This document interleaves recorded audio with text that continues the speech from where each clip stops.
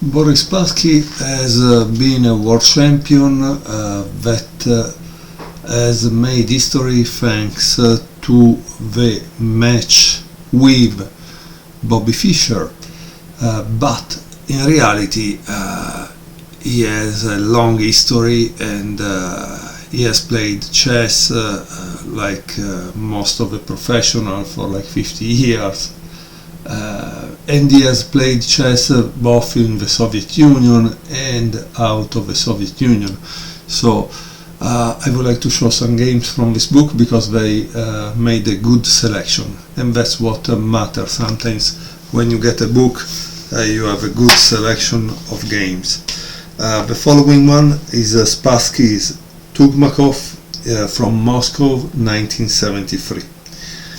Generally, I have seen that Spassky played d4, but in this case he played e4, and Tugmakov answered with c5, knight f3, d6, d4, c takes d4, knight takes d4,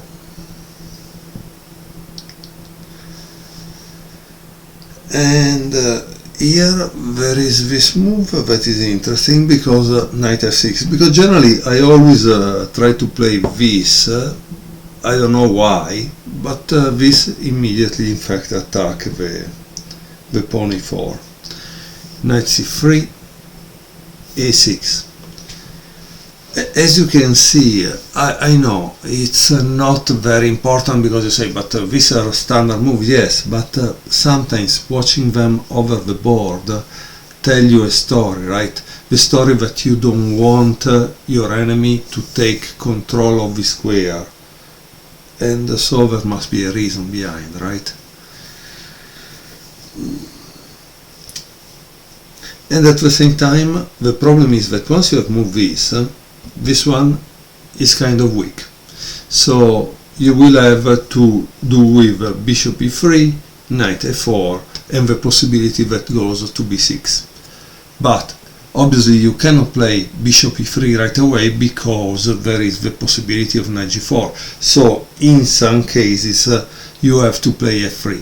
I'm not saying this will happen in this game, I'm just saying that the chance to play a game over the board gives you the possibility to think upon why some moves are played and what are the strengths and weaknesses of those moves.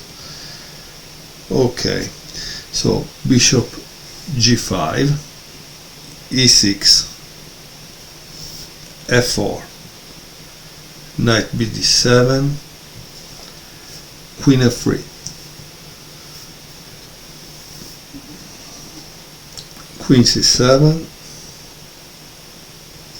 castle. That's kind of interesting, right? I mean, here white has castle in the mouth of the opponent. Why? Because he castle on the same semi-open file that black is going to control. I'm not saying this is not a theory, it probably is, but when you are over the board, would you really do that kind of choice? Especially because the next move is obviously b5. So immediately black attacks. Is this kind of attack justified? I don't know, because as you can see there is one problem. One, the king is in the center. Two, most of the pieces are still not developed. Bishop d3. Bishop b7, rook h, e1. So why I find this move interesting? Because yes, for one thing, he is attacking the center, right? Because the enemy king is still in the center. But the other important thing of this move is that it's removing one piece from the diagonal, okay?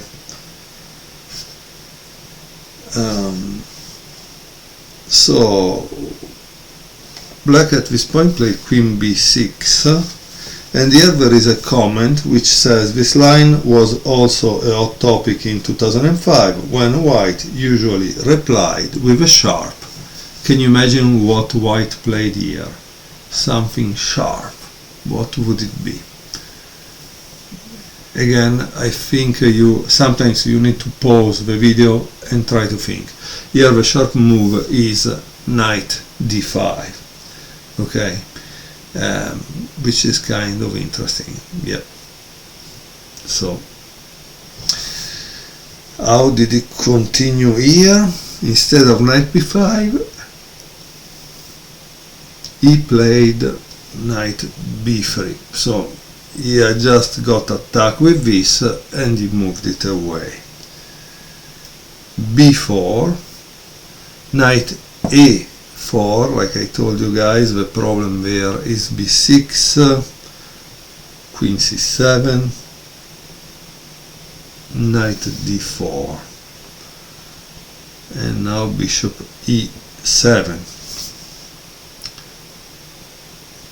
queen h3, and there is the fourth kind of dubious move by black, because for black now it's a little difficult to find what's working, it seems. Can you imagine that now the right move for black is castling on this side? This is the right move. Instead, here in the book they give 2 lines. Obviously they say knight c5, which is the move played in the game, is not good, it's a dubious move, and the castle obviously is also a bad move. Why? Because obviously you are castling in the direction of all the pieces of white. However, here it gives a line to prove that this side, the castling, wouldn't have worked, okay? And he also gives a line to show you that the castling on the long side would have worked. Okay, so he played knight c5, which is a dubious move. I think the reason is probably this, but here it doesn't show it, because after knight takes c5 it takes back with this, and it cannot probably take back with the queen, okay? So you need to discover why.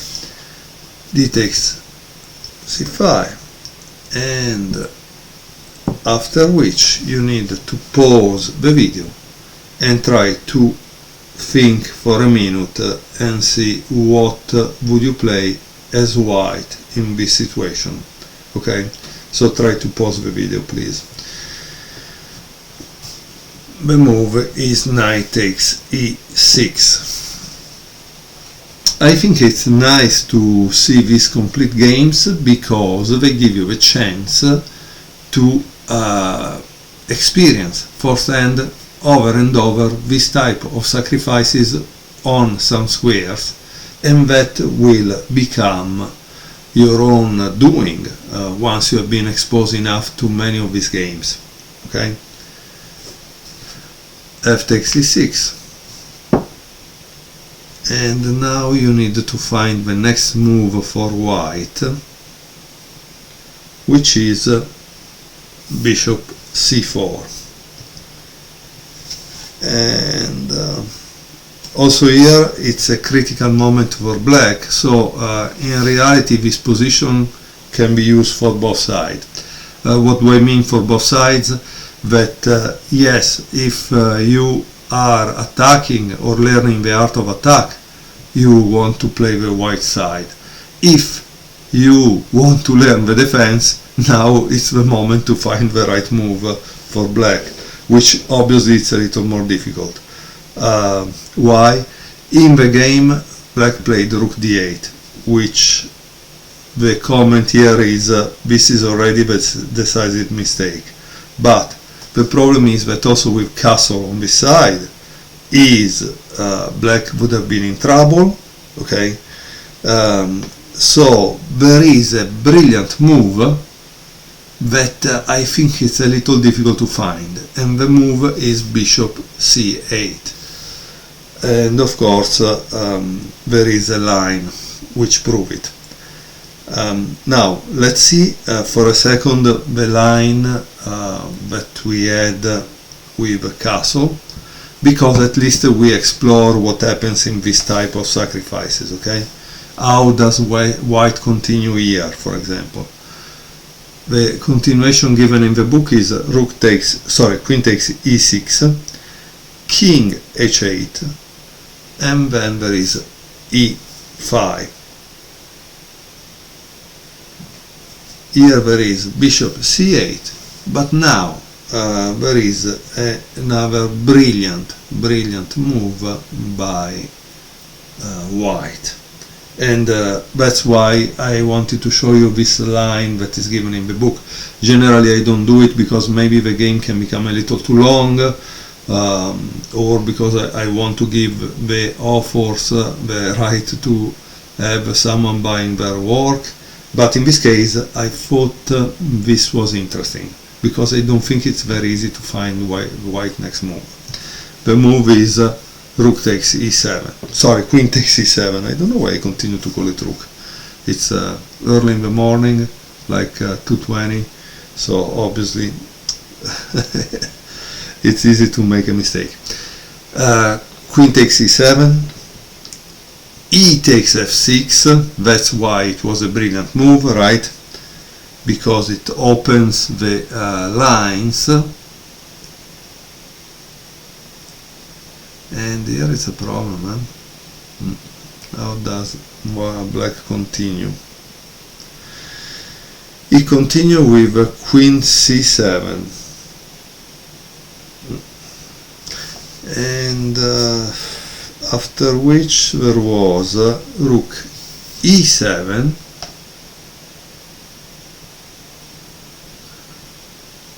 and g takes f6. So why didn't sack the queen there? Because here it says after bishop takes f6, rook takes f6, rook c7, obviously the endgame is winning for white. But if that is true, so I don't know, maybe don't let him go on the 7th rank, but probably it doesn't work because I don't know. To me, maybe that move makes a little more sense, right? The problem is probably this, because what do you do, and then this. So that's the part I think should have been played. That makes a little more sense, in my opinion, because the queen c7 doesn't make any sense. So there must be something that we have missed. Let's see, because this is kind of an interesting position, right? I mean, he played queen takes e7, queen takes e7, e takes f6, and there was this rook here, and he plays this. But why? That's what I don't understand. So let's say that after no, because honestly I think to give back the queen makes much more sense. Let's see, rook takes c1 instead of no. This is the best because it's obliged to give check. And then what happens here? You take here.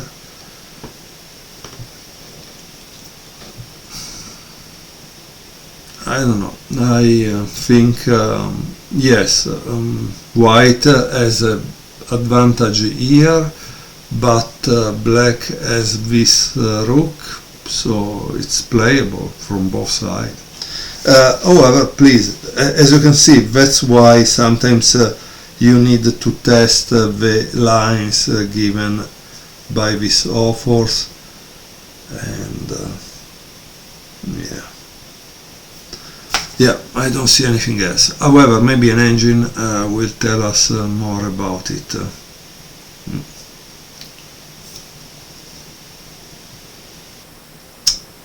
Yeah, I paused the video for a minute because I wanted to better understand the position. Like always, I tell you I don't watch the games before making the video because I like to be surprised, I like to be unbiased.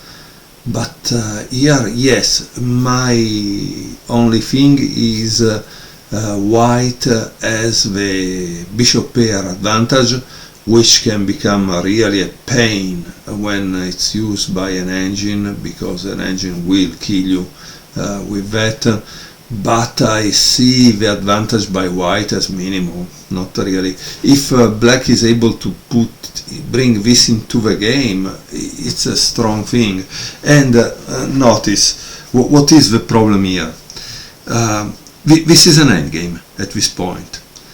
And why we are wasting time to evaluate an endgame? Because we want to understand what's going on the board, right?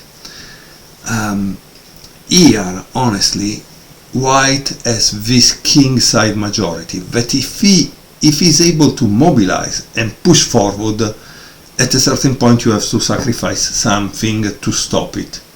Okay?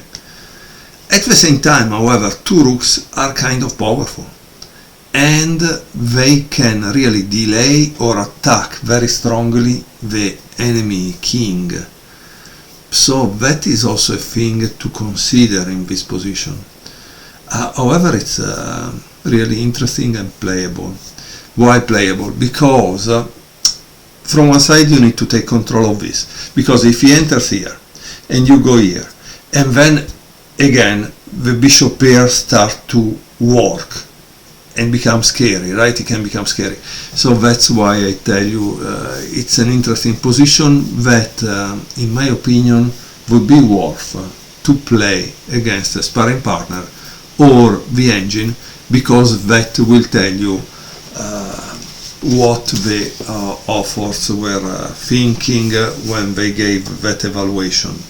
So now I'm going to pause the video and return back to the position from which we started. So we saw the line with a castling on this side that the authors say is not so good, and maybe at club player level we don't have the technique to actually win in that line. I don't know. There is another line that is bishop c8, and from what I see it has been by Kasparov, so a line given by Kasparov. Probably Kasparov checked it with a computer, probably, right? In any case, let's continue to see the game. In this position, black continued with rook d8, that the author says, oh, it's already a decisive mistake. So let's see how white continue here. What do you think it's the next move by white? The move is queen takes e6, rook takes d1, rook takes d1, and then obviously you cannot castle on this side, you are stuck in the center, and you have this move, queen f7, that is checkmate. So what do you need to do? Obviously you need to control the square f7, right? Bishop takes f6,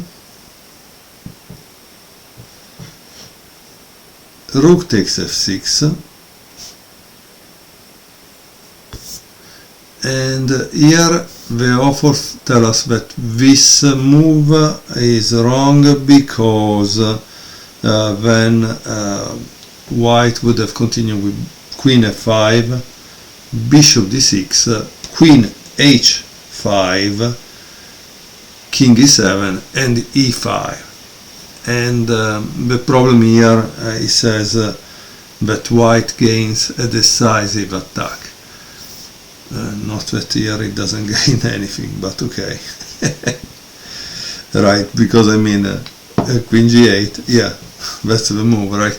But at this point you don't return back with a rook because you want to keep this one, so he plays bishop f8, after which there is g3, bishop c8, e5, rook b6, and here there is queen takes h7. Again, when you are defending, it's generally a difficult task to find the right move. It seems the best probably was bishop g4, but still the position is bad for black. But in the game he played bishop e6 because obviously he wanted to take out that attacker. But obviously there is a problem, right? There is queen g6, queen f7 blocking, and here there is queen e4, kind of interesting move, huh? And here you need to see it, obviously. The problem is you take here, right? And probably there is queen a8 check, king e7, queen d8 check again, and then it goes on here, and once it goes here you take the rook on b6, and probably you have won the game at that point. Let's see it, because it's kind of interesting, right? It's an interesting position. Yeah. So instead of queen c7 that was played in the game, so defending this, if we play this, there is this, this, this.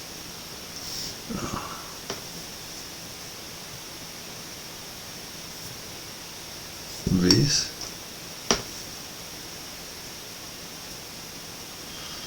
I don't know, it's interesting, but I don't think black loses immediately, so probably this, right?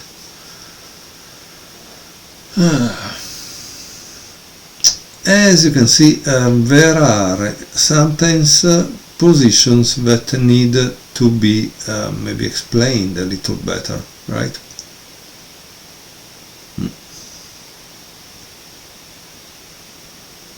Yeah. Yeah, probably this, maybe, right? And then if you return back, you lose this pawn, so I don't know if you have to go here, but also if you go there, you can get attack. I don't know. As you can see, also this position is a position to analyze.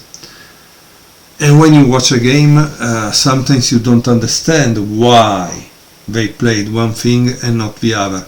I remember this for me was the case when I read some of the informant or informator games, because you cannot understand why they choose one line to comment on one line and not on another. And probably this, however, is the job you have to do.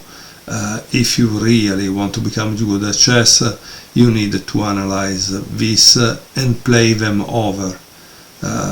One, you will gain the technique to convert an advantage into a win. Two, you will gain the experience about some position, some middle game transitioning toward the end game position, okay? So definitely, and not only, you have to play it one time with white and one time with black, because if you play against the engine will kill you with black, for example, and then it will kill you also with white, just to and that will open your mind at how to use the pieces. Okay, so let me return back. Okay, I return back to the last diagram. Black continue with bishop e6. As we saw, there was queen g6, queen f7, and queen e4.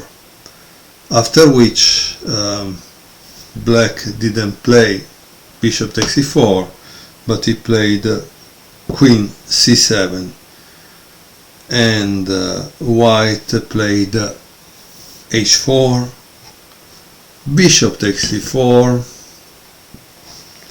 queen takes e4, queen c6, b3, g6, queen e2, queen e6. So queen e6 tell you a story, not only that black didn't want at a certain point to have rook d6, but that probably he needs to move this, and he cannot have a rook coming here, right?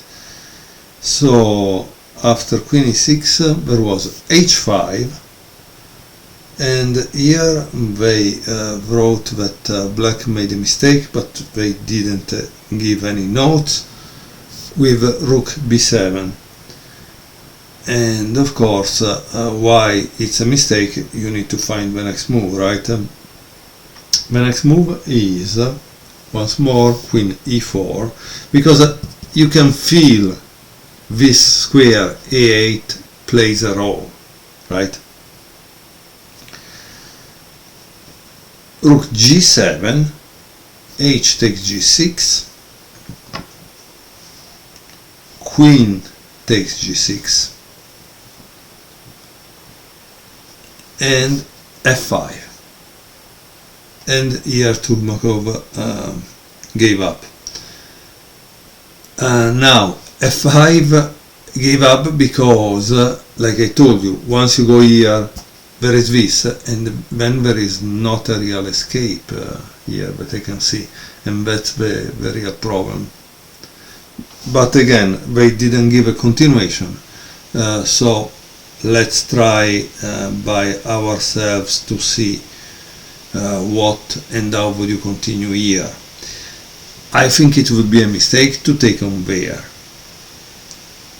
Maybe there is the possibility to play, I don't know, a check, or to go here to control the d8 square, maybe. Okay, so which one of the two would be the best? Maybe obviously to control and defend, right? You don't want to give it up, but the problem again is not that he gives a check right away. Maybe he takes control of the rank, and then he starts to push the pawns, and they become kind of unstoppable. Well, let me know what you think of this game. It's clearly a beautiful attacking game. By the way, obviously I'm not saying that white didn't win at this point, because with these two big pawns going forward, it becomes really scary. And it's interesting that black wasn't able, like I told you, to remove the king from the center, right? So that's kind of a problem, no? In this game. In any case, so this was a game from Boris Spassky, Master of the Initiative. I like it very much. I will show eventually other games from this book, because again they are very, very sharp, and we can celebrate Spassky's career through his games. Thank you very much for watching.